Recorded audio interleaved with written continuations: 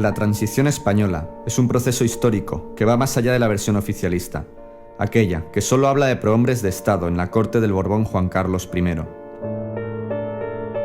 La transición fue un proceso que afectó a millones de personas y cuyas consecuencias hoy siguen formando parte del llamado Reino de España. Para muchas de estas personas, la transición fue, y sigue siendo, un tiempo amargo, pero también un periodo de silencios que hay que gritar y de vivencias que hay que compartir. Porque la transición española tiene muchos protagonistas y muchas realidades. Realidades y vivencias, como la de la familia de Valentín González Ramírez.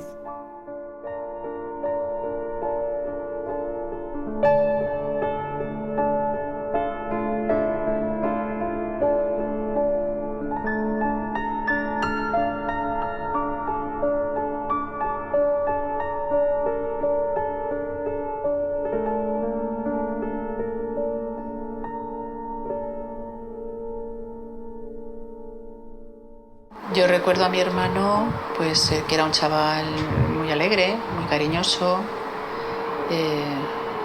muy familiar, muy amigo de sus amigos, y las aficiones pues le gustaba, pues como cualquier chaval de su edad, le gustaba el deporte, era fallero de la falla del barrio, le gustaban los animales también mucho.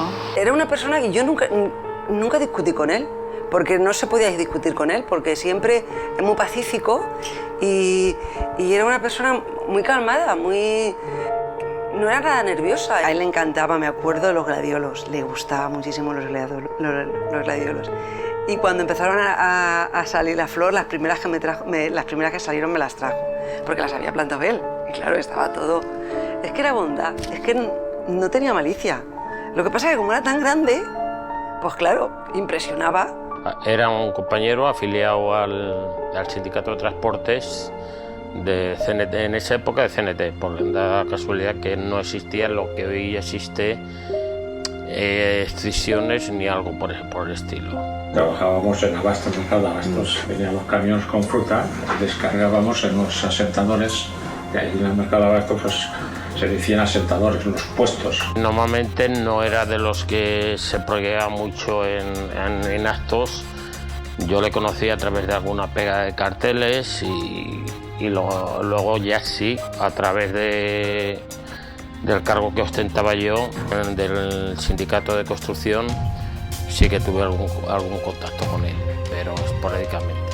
Un trabajador ejerciendo el derecho a una huelga a la cual tenía derecho a ejercer. Será la casualidad, tendría que rebuscar papeles para saber en qué fechas y luego salió la legalización de la huelga. Pero yo creo que eran muy pocos días antes. O sea que sería una de las primeras huelgas que supuestamente estaba avalada por esa supuesta ley que protegía a ese derecho, al derecho de ejercer la huelga, porque siempre ha estado prohibida por el franquismo, era motivo de cárcel.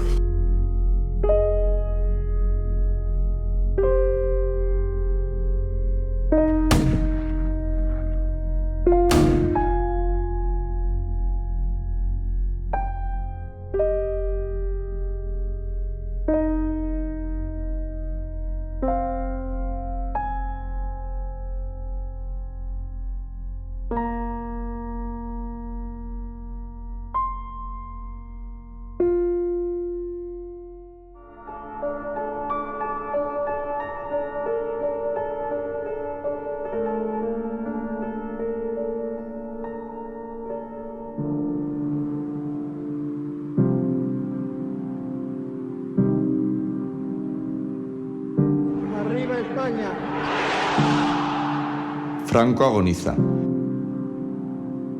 Mientras su maquinaria represiva sigue ejecutando penas de muerte.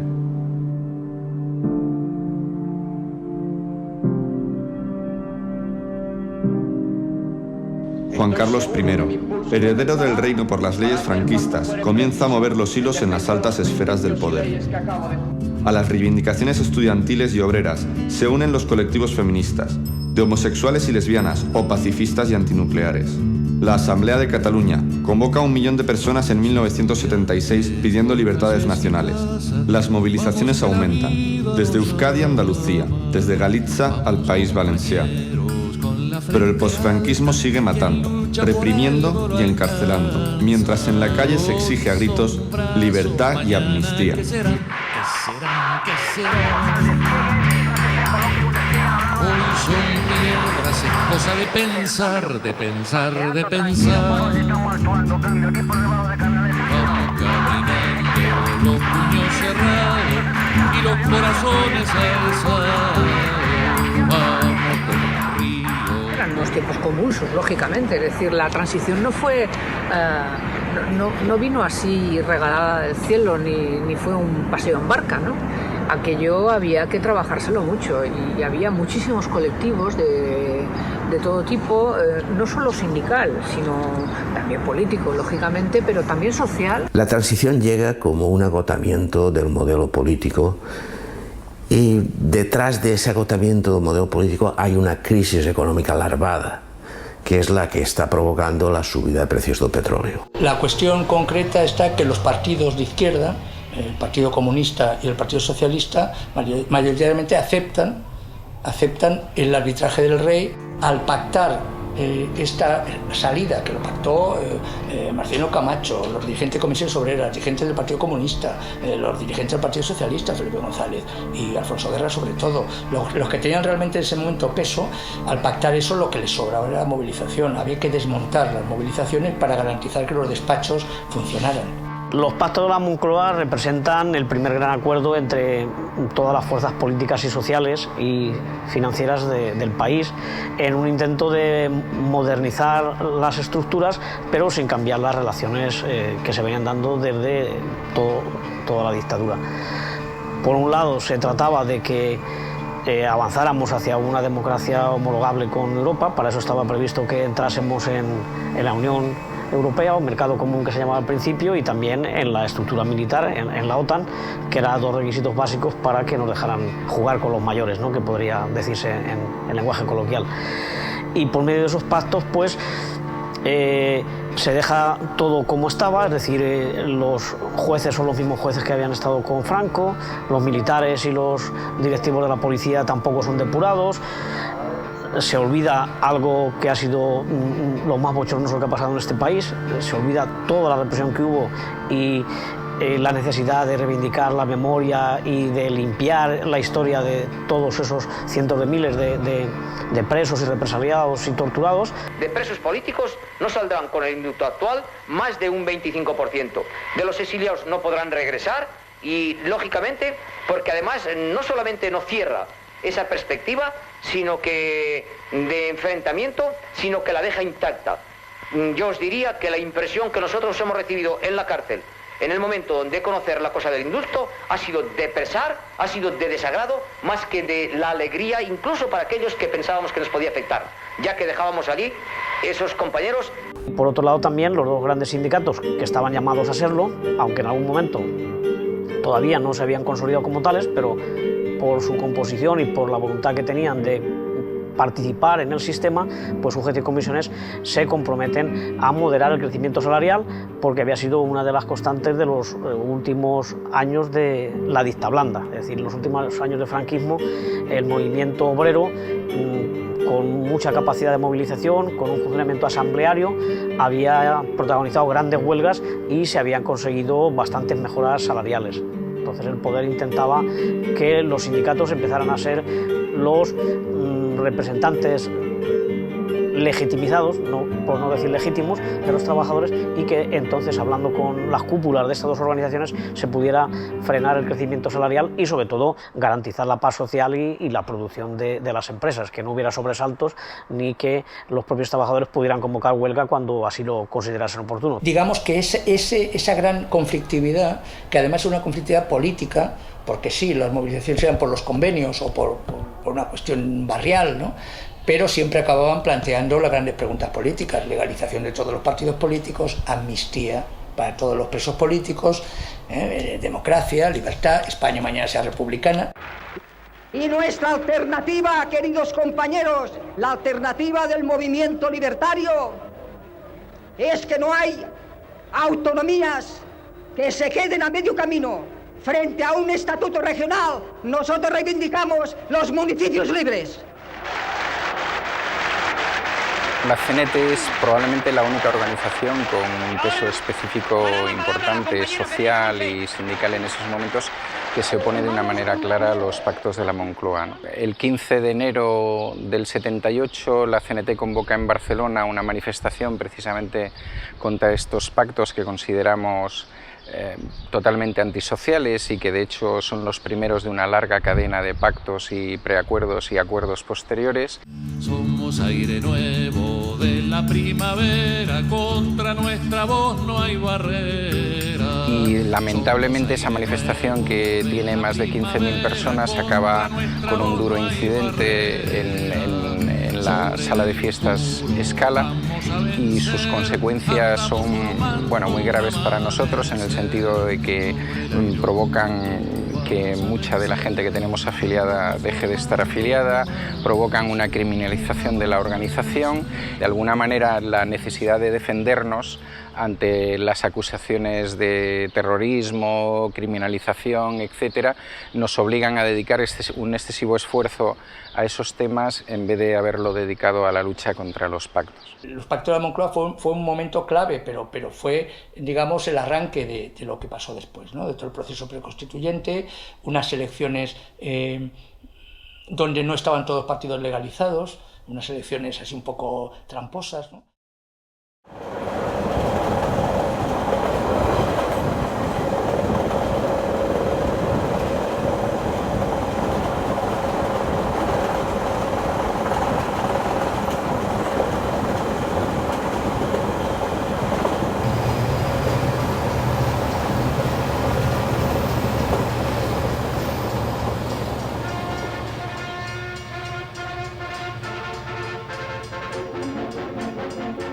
Tras 20 años de autarquía económica fascista, el hambre y la más oscura de las realidades se ha abatido sobre la población, a la vez que el contrabando y la corrupción han ido enriqueciendo a las familias más allegadas al régimen.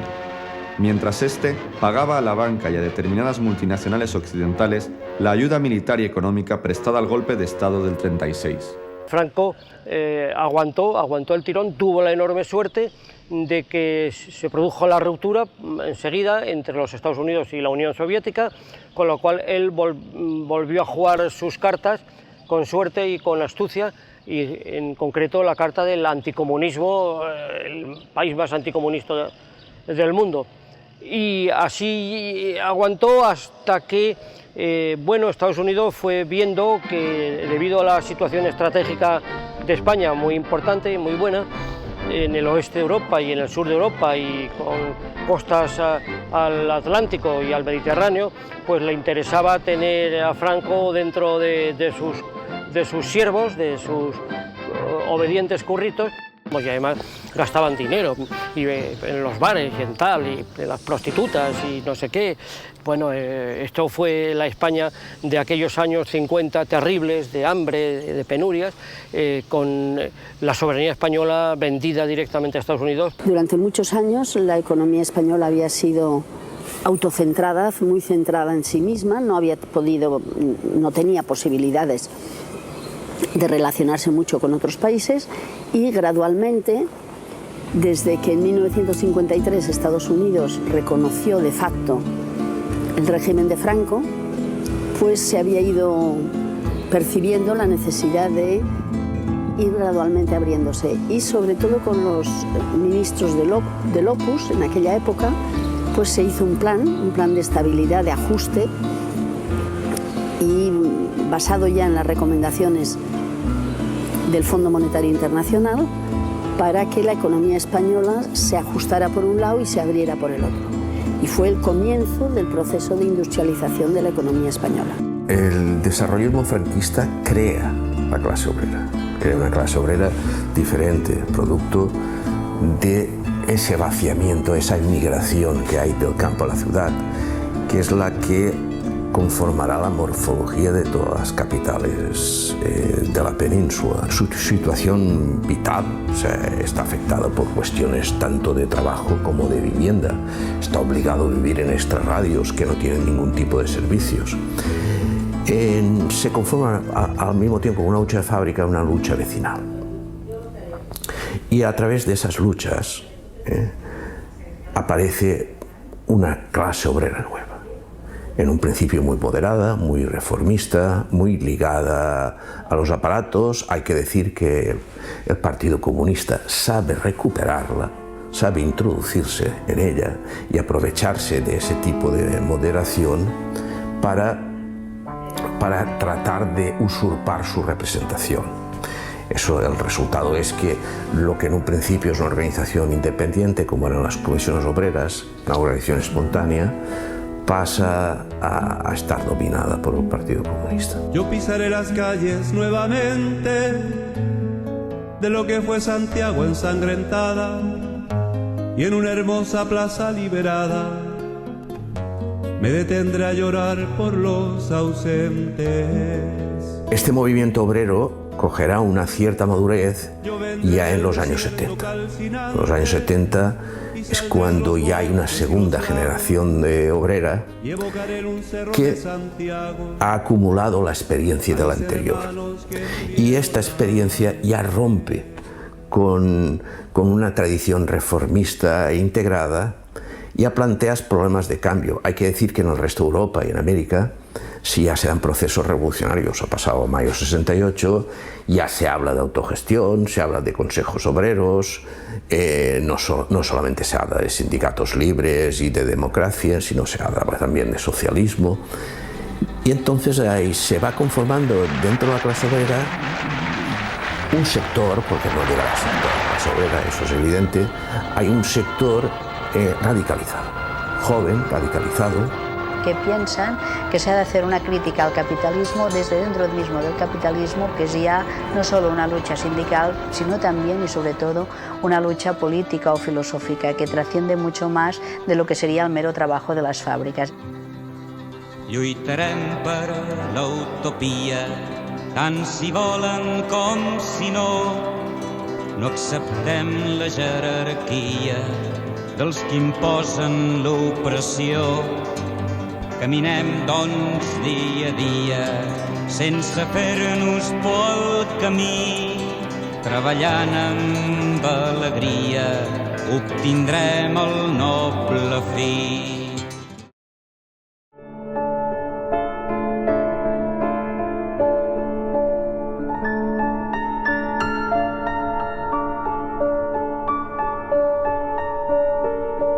Para nosotros en aquel momento la huelga de abastos era una de tantas huelgas, es decir, una de tantas. Estábamos continuamente informando de ellas, estábamos continuamente asistiendo a los encierros en las fábricas, a los saltos de manifestantes del metal, del textil, de la construcción.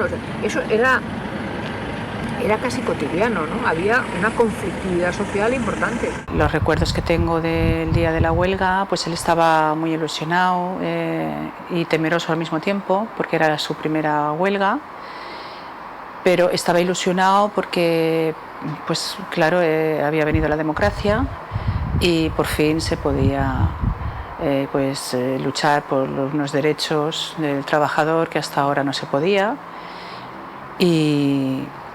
Y eso, el día de la huelga, pues estaba él entre entusiasmado, temeroso, pero él quería ir a la huelga porque, claro, era su obligación, él tenía que estar allí con sus compañeros y fue. Nosotros teníamos un cobrador y, claro, todos los días o cada 2 días pasaban por los puestos esos con la factura de lo que habíamos hecho para que nos pagaran. Y pagaban, algunos pagaban, otros no pagaban. Y a última hora pagaba quien pagaba y claro, se acumuló esa deuda. Dice, si no nos pagan no podemos cobrar la extra. Y por eso fue la huelga. Estábamos comiendo en casa y íbamos a la huelga. Y yo le dije, digo, quédate en casa, no vengas. Y vine yo solo. Y él se empeñó en que sí, que quería venir por a guardarme a mí, o las pautas, o no sé qué me dijo, que quería venir, y yo le dije que no. En la cena, cuando ya no se iba a ir de casa, le dio a mi madre un beso y le dijo que mamá, dame un beso por si es el último. Total, que éramos pues por lo menos 500 hombres de nosotros. Y hicimos una barrera en el mercado de abastos, en la puerta principal, para que no entraran los camiones. Al rato vinieron toda la policía, por lo menos 10 o 12 furgones, como si fueran a la guerra, metralletas de esas, cascos, y al mando de ellos iba un teniente. Y vino un plan matón ya, quiero saber la autorización, si está legalizada la huelga. Y el presidente le enseñó, dices, sí, todo correcto, está legalizado. Pero no obstante nos quedamos aquí para que no haya disturbios. Pero es que a los 5 minutos recibe una llamada del teniente y le dice a toda la gente, a la policía, que eran los grises entonces, ya por ellos. Yo estaba en primera fila, éramos 500 hombres, yo no podía retroceder, todos los vergazos iban sobre mí y sobre los que éramos en primera fila. Mi hijo lo tenía detrás de mí. Y como se ensayaron conmigo pegando vergazos, pues me apartó, ya está bien de pegarle a mi padre, y es cuando el hijo de Satanás ese disparó bocajarro.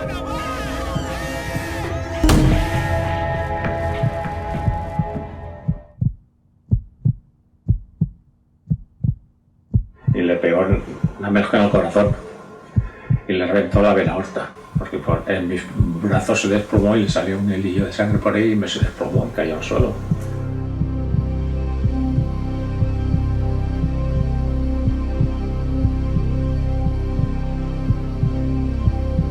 El resultado de la autopsia fue fallo cardíaco, sin más explicaciones, claro. Recibiendo un pelotazo en pleno corazón, pues lógico que se le parará.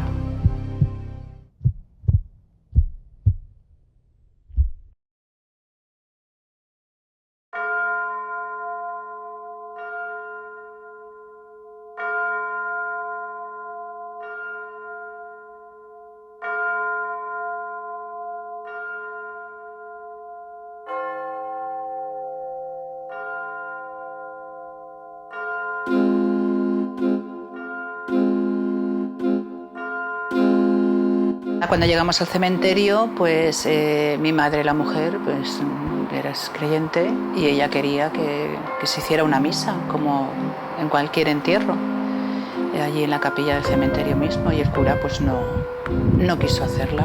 No sé si es que se asustó de ver tanta gente o no tengo ni idea de por qué, pero vamos, se negó a hacer la misa.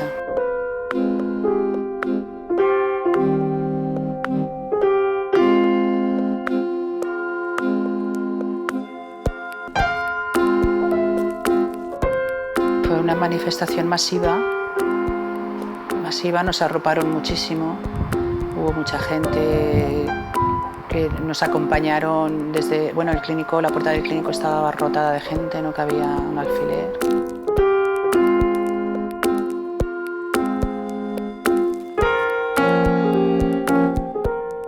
Y el día de la huelga se cerró como se cerró en todos los sitios y es que era una nube, yo veía conforme íbamos pasando por todo el centro, es que estaba todo cerrado.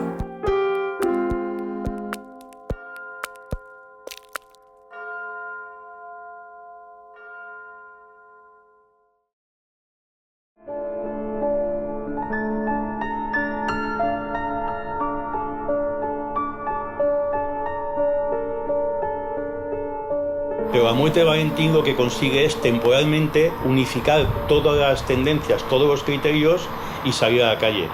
Aquello fue una conmoción. Yo creo que la policía, el gobernador civil, no eran conscientes, claro, nadie esperaba ese resultado, no eran conscientes del efecto rebote que podía haber a nivel de movimiento y a nivel social. Las organizaciones, aparte de que seguramente estaban dispuestas a convocar una huelga general en repulsa por este asesinato, pero se vieron ya empujadas por lo que se sentía en la calle, ¿no? ¿Cómo no vamos a denunciar eso? Porque hoy es el de la CNT, mañana será el de la UGT o el de comisiones o el de la CESUD. Esto es una obligación moral. O sea, el sindicalismo de clase implica también las huelgas, los apoyos, la solidaridad. El método que se aplicó para, digamos, para tratar todas estas víctimas mortales, el método legal, jurídico, que se aplicó fue considerarlos siempre hechos aislados. Teníamos unos familiares en Madrid que se enteraron, por supuesto, por la familia de la noticia, y allí nos comentaron que ni salió en prensa, ni en radio, ni en ningún medio de comunicación salió. Sí que en el país a nivel nacional, digamos, salió un trocito muy pequeño, una cuñita en las páginas intermedias y ya está. Es lo único que salió en la prensa de fuera de Valencia.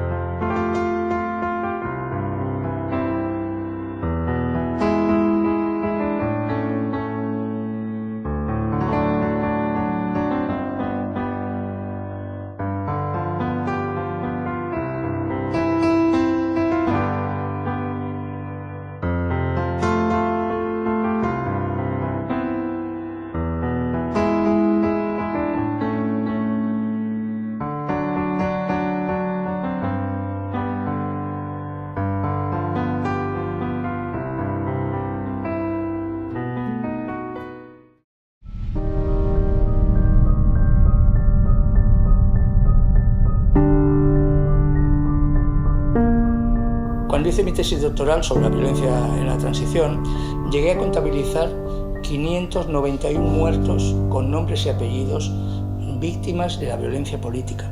Significa, víctimas de bandas, de grupos incontrolados de extrema derecha, más 188. Víctimas de la represión en la calle por la policía, en cargas policiales, 58.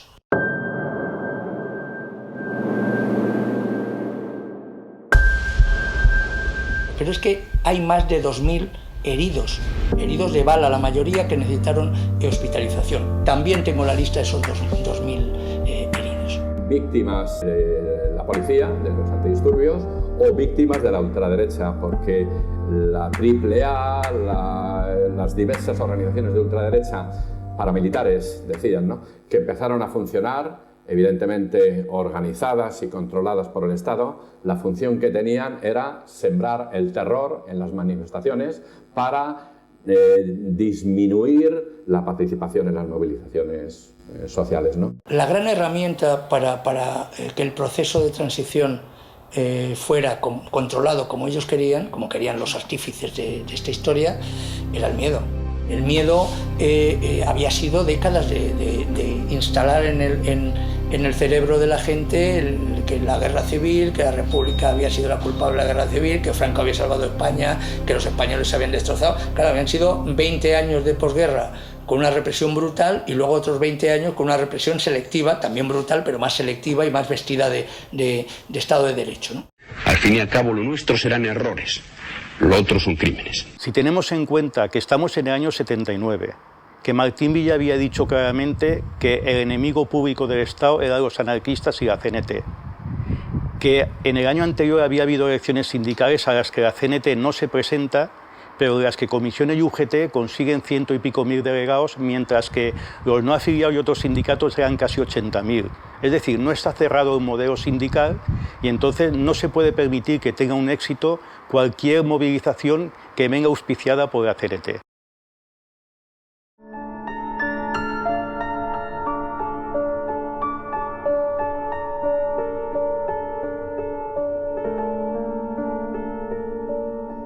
De los días del juicio recuerdo que sí, mi padre lo llamaba el abogado, vamos que tienes que declarar, eso lo llevó varias veces y tal. Cada vez que íbamos en la glorieta había al menos 15 o 20 furgones con policía, con cascos, ametralleta y todo. Y yo le decía al abogado, digo, ¿esto qué es? Que esperaban un atentado mío. Ya ves, que yo iba solo. El abogado nos avisó un domingo por la noche a última hora, nos llamó por teléfono a casa, que el juicio se celebraba el día siguiente por la mañana a primera hora, que eso nos extrañó, porque normalmente un juicio se sabe con bastante más antelación cuando se va a celebrar. Mi padre pues fue con el abogado, a mi padre no le dejaron entrar, la calle donde estaba el juzgado estaba llena de policía y a mi padre no le dejaron entrar al juicio alegando que es que el juicio era que solo podían entrar los interesados. Entonces solo entró la policía y de nuestra parte entró el abogado solo. Hubo compañeros de mi padre que querían ir a declarar y creo que todos no fueron porque dicen que sí recibieron amenazas. Entonces no fue tanta gente a declarar como habían dicho. Y luego pues la sentencia pues, nos llamó nuestro abogado y nos dijo que nada, que habíamos ganado el juicio, que recibíamos 1 millón de pesetas y que el policía le habían condenado. Luego cuando vimos la sentencia nos dimos cuenta que fue una falta leve y la condena fueron una multa de 1.200 pesetas. Y ya no hubo más responsabilidades de ningún tipo. Me han tapado la boca, digamos, o le taparon al abogado la boca y ahí se quedó.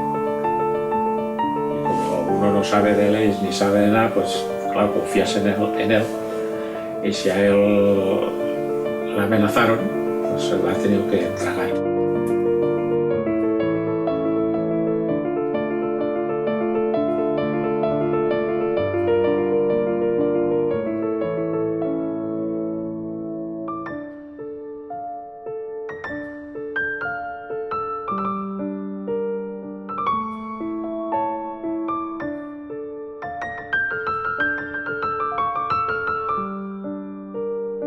Para mí fue el gobernador, porque claro, si da la orden de que estamos de eso y luego llama y les dice que eran por nosotros y empiezan a tirar bombas de humo de esos botes de humo y venga el vergazo y tiros al aire, bueno, aquello parecía una guerra calma. En ese contexto no se puede decir que es una desgracia, no, es un asesinato, es un crimen de Estado con unas connotaciones y con unas decisiones políticas para que la CNT, después del caso Escala, después de algunas situaciones que se habían dado, tuviera el mayor desprestigio posible.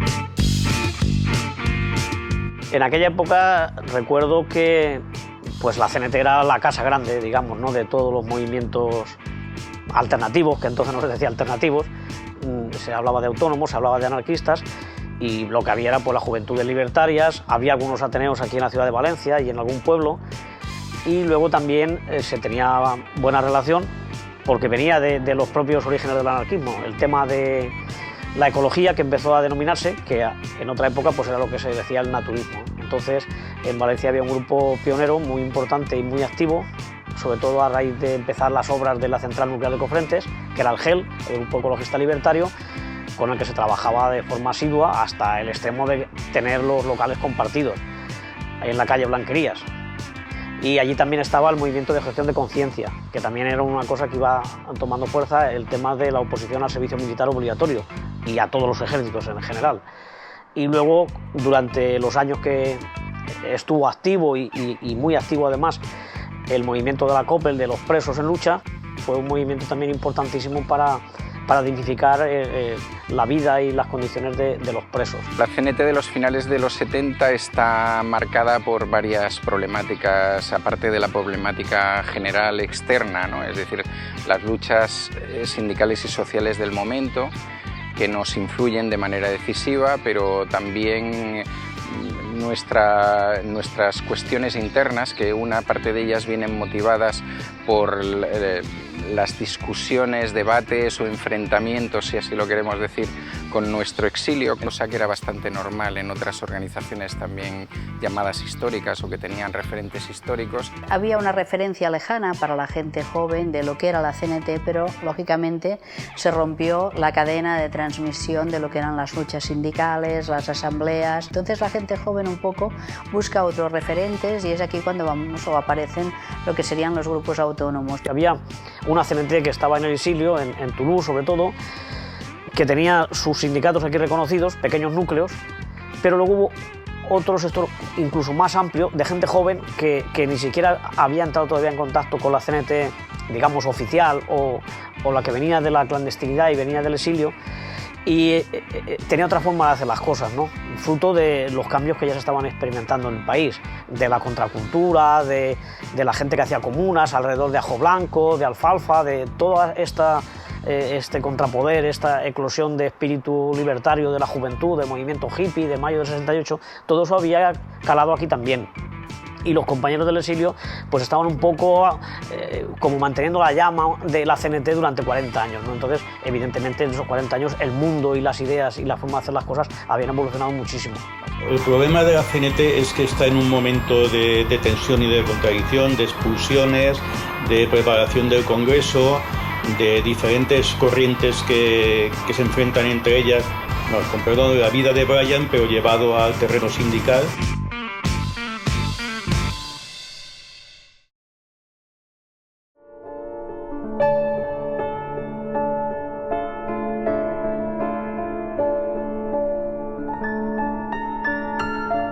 Pero los primeros años pues fueron pues eso, estaba todo en la mente de la gente y había malestar, pero a poco pues eso, se ha ido enfriando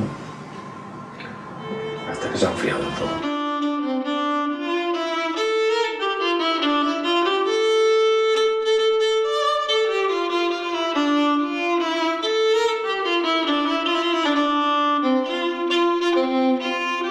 Al cabo de 10 años de la muerte de Valentín, en el año 89, la CGT, a raíz de la sentencia de las siglas, ya no se llama CNT renovada, sino que se llama CGT, y se hace el primer acto reivindicativo de la muerte de Valentín. Y ya se empiezan a hacer actos, se empieza a reivindicar la figura de Valentín como uno de los emblemas de la represión anticenetista. Se pide lo del instituto, que no ha llegado a buen puerto, se consigue poner hace pocos años la placa, pero tengo que decir que durante muchos años la administración ha estado en contra de cualquier reconocimiento.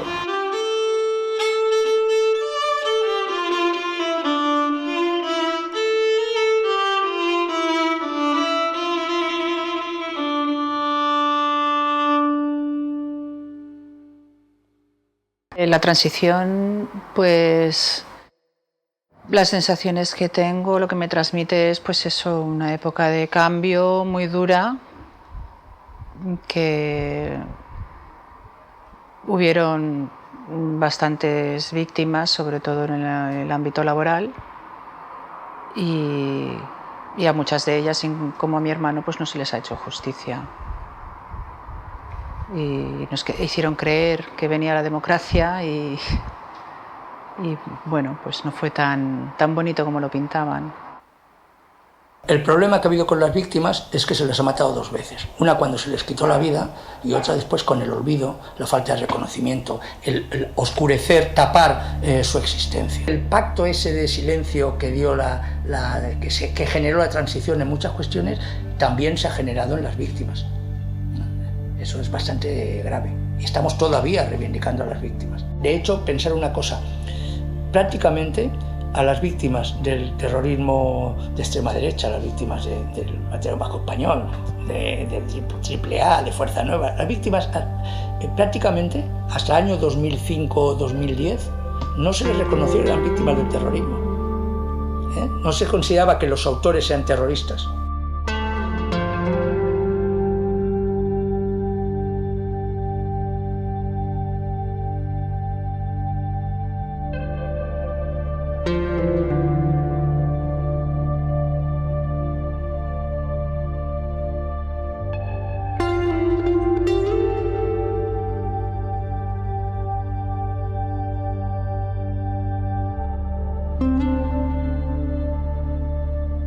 La imagen que se ha transmitido a lo largo de todos estos años de la llamada transición democrática, que yo llamo transacción, es aparte de modélica, como decíamos antes, una imagen idílica en la cual un señor maravilloso, que era el anterior rey, junto con una serie de personajes también magníficos que gobernaban las principales organizaciones, fueron capaces de llegar a una especie de acuerdo genérico por el bien del conjunto de la población española.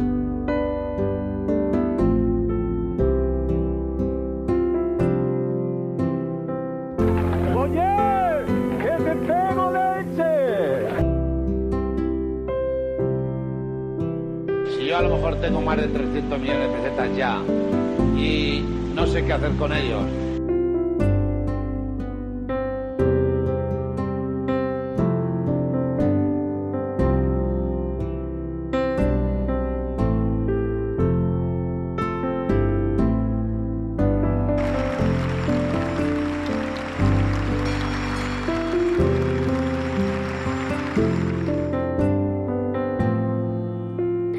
Casi esos 35 o 40 años después, hoy podemos ver quién perdió las plumas y por qué, y a cambio de qué se produjo toda esa transición modélica. Y yo creo que ese relato lo que hace es olvidar a toda la gente que participó en ese proceso, que probablemente no queríamos ese tipo de transición, que sufrimos nuestras bajas, nuestras muertes y nuestras prisiones y nuestras opresiones diversas, toda la gente que planteábamos una clara ruptura del sistema anterior, pero en muchos casos también del sistema capitalista. Yo la impresión que tengo es que el Partido Comunista ya en los años 50 había hecho una opción. A mí aquel libro de Carrillo que leí fuera de España, después de Franco, ¿qué? Me hizo mucho impacto porque claramente ya había la voluntad de un pacto. Y ese pacto a mí me recuerda mucho al que se hizo después de la Segunda Guerra Mundial en Europa, de decir, nosotros aceptamos el capitalismo si con eso nos dais algunas ventajas, primero económicas para los trabajadores y segundo políticas para que nosotros podamos funcionar. Y yo creo que la línea del Partido Comunista, la del fondo, era esa. O sea, pactemos, sigamos viviendo con el capitalismo, que nos dejen actuar y digamos que sea un capitalismo un poco progre. Y ahí es donde se equivocaron de plano, porque el capitalismo progre nunca puede ser por muchos años.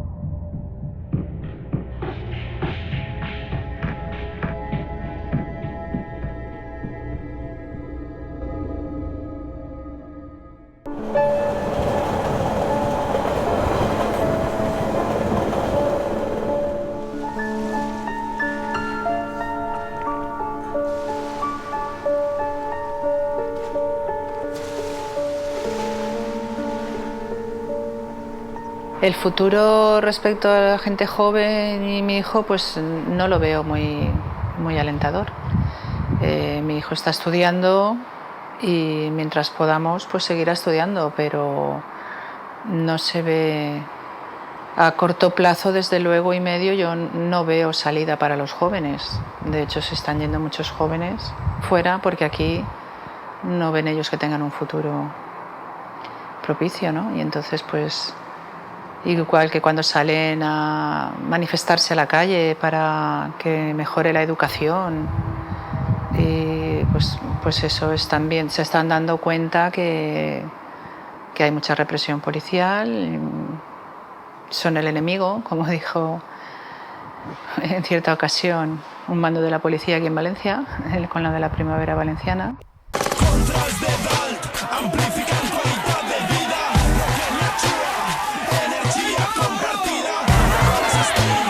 Detenciones contra el suelo o con la cabeza pegada al furgón policial. Y golpes. Y más golpes. Y enfrentamientos. Y no solo entre jóvenes y policías.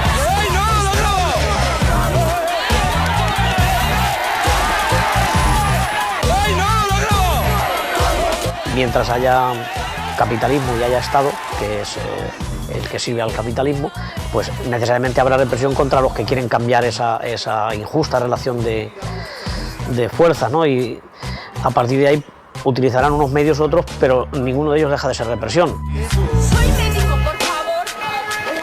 Estaba a salvo de lo que pudiera ocurrir en el caos. ¿Por qué le han detenido? Le han detenido. No puede venir mi madre conmigo.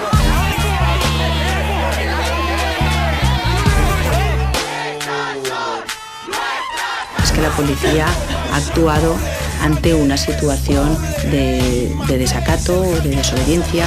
Intentar que lo de hoy se haya quedado en una anécdota que no se vuelva a repetir.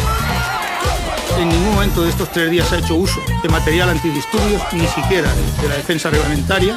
Se ha respondido a acometidas físicas pues, con fuerza física, de agresividad. proporcionalmente, pues exige una respuesta comedida y mesurada desde nuestro punto de vista.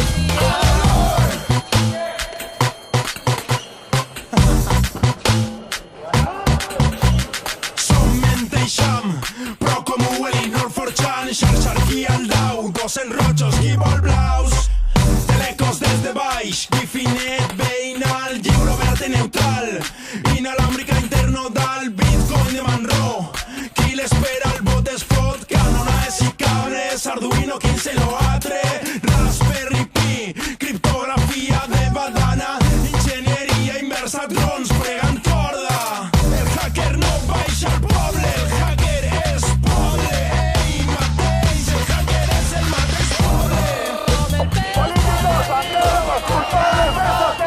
Los mercados es un eufemismo para decir los grandes capitales. Como lo de grandes capitales queda feo, pues estamos hablando de la economía de mercado en lugar de hablar de capitalismo. Ahora con la crisis no les ha quedado más remedio que aceptar que es una crisis del capitalismo, pero durante mucho tiempo siguen hablando de la economía de mercado en lugar de hablar de la economía capitalista, que es lo que realmente es.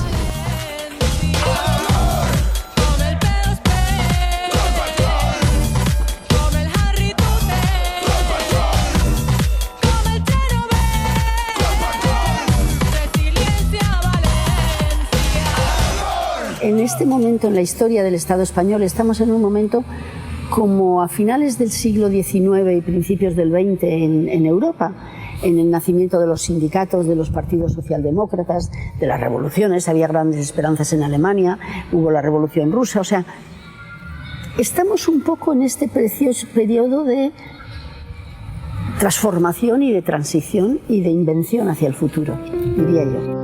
Las decisiones económicas y sociales las están tomando los capitalistas. La decisión es de luchar por un sistema alternativo, depende de nosotros.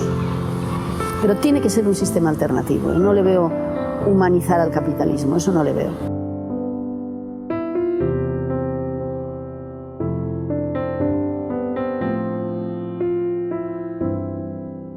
Por suerte, o sea, tenemos un desapego importante en muchos sectores de la sociedad hacia el capitalismo y de la desconfianza también, que no hemos hablado aquí, hacia la religión y sus proyectos patriarcales, sexistas, etcétera, y homófobos, lógicamente.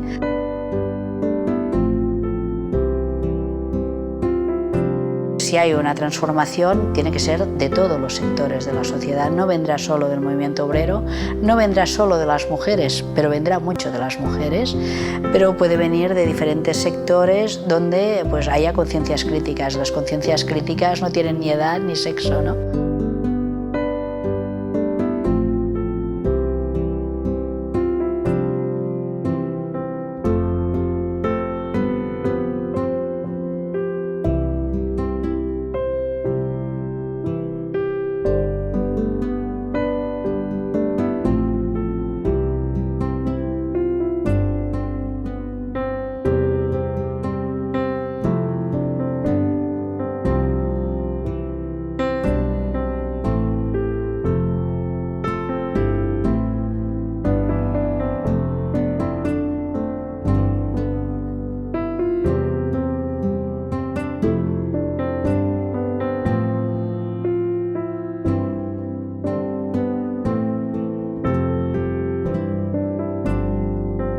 Pienso un poco como pensaban los anarquistas de finales del siglo XIX, que antes era más importante una revolución de cerebros y que era el paso previo importante a lo que sería la revolución social.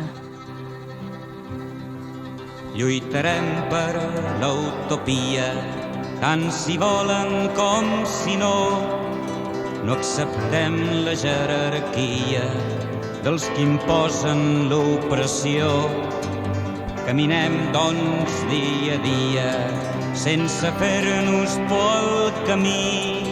Treballant amb alegria, obtindrem el noble fi. No volem martells ni fletxes que ens arrenquin el pensar. Volem llum per les escletxes d'un món trist que hem de canviar. i tots junts germans de terra, germans de cor i de cervell. No demanem pas la guerra, però si n'hi ha serem fusell.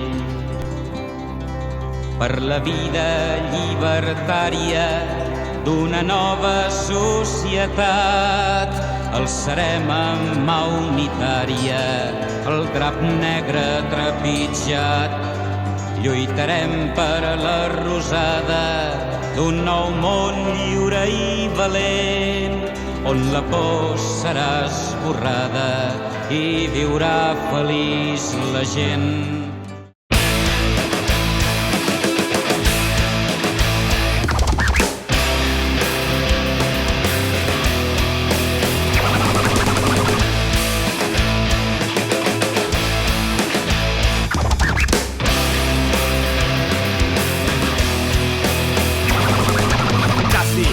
Millones de parados, la mitad trabajan en negro, porque con el sueldo no llegan a pagar, no hay remedio. Os presento al gobierno donde el dinero es el único criterio. Puta basura, escondidos en su penumbra, millones de euros en hoteles, viajes, putas. Medidas inútiles que nada ayudan a que tus deudas te fundas y te hundas. Y ves que se acumula, no lo puedes evitar. Entrega el currículo, con el culo se van a limpiar. 3 preselecciones, 2 entrevistas y tal vez si te agachas el puesto consigas. La época que vivimos es jodida, nos domina la desaceleración progresiva, parte de tu vida, de la mía, de nosotros, de vosotros. Tú votas, ellos ganan y perdemos todos. Estoy ahogado. Esta cortina de humo no me deja ver. Da igual izquierda que derechas, da igual quien gobierna, para el precio y el pueblo somos una mierda. Piensa en el INE, mira las ofertas, los ladrones son Hacienda y los de la iglesia. Todo en base a lo mismo, llámalo X, llámalo euro, todo sube menos tu sueldo. Suelo pensar en cuánto más nos van a engañar, más IVA, dinero, en la Moncloa, cargos nuevos. Señores, estamos hasta los huevos de noticias falsas en falsos medios. Que el pueblo se levante y comience el asedio, nuestra voz se alzará y temblarán hasta sus muertos. Paro, desesperación, deudas te embargan, pierdes tu casa, para ellos no hay crisis mientras no la sufran. Para ti, bienvenido a la República Independiente de tu tumba. Estoy ahogado.